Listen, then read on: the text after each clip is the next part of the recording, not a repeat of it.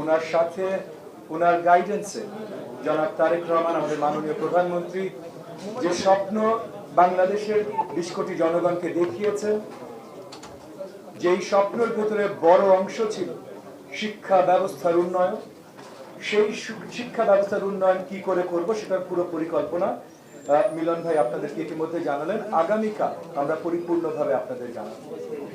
শিক্ষা ব্যবস্থার প্রত্যেকটা জায়গায় প্রাথমিক শিক্ষা, সেকেন্ডারি শিক্ষা, টারশিয়ারি, ভোকেশনাল, মাদ্রাসা, এমন কোনো জায়গা নেই যেখানে পূর্ণাঙ্গভাবে আবার নতুন করে গড়ে তোলার কোনো প্রয়োজনীয়তা নেই।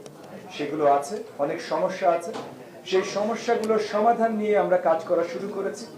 আমাদের সাথে শিক্ষা মন্ত্রণালয়ের সকলে আছেন, সকল সচিবগণ যাদের অনেক বছরের অভিজ্ঞতা আছে, জ্ঞান আছে, এবং শিক্ষাঙ্গনে কর্মরত লক্ষ্য যারা কর্মকর্তারা আছেন তারা সকলে তাদের সহযোগিতা নিয়ে জনতার ম্যান্ডেট নিয়ে আমরা এসেছি। সো আমরা ওই স্বপ্ন বাস্তবায়নে কাজ করছি।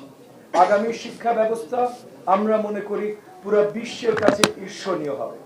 আশেপাশের দেশগুলোতে সকলে চাইবে তাদের সন্তানদের বাংলাদেশে পাঠাতে পড়ানোর জন্য। বাংলাদেশের সন্তানরা বিদেশে যেতে উদ্গ্রীব হবে না। এইটা আমাদের স্বপ্ন। এই স্বপ্ন বাস্তবায়নে আমরা কাজ করব। এটা বলে আমার সংক্ষিপ্ত বক্তব্য আমি শেষ করছি। আমি আবার আমার বড় ভাই আমাদের মাননীয় মন্ত্রী জনাব এস আর মিলন এমপির কাছে মাইক্রোফোনটা ফিরিয়ে দিচ্ছি।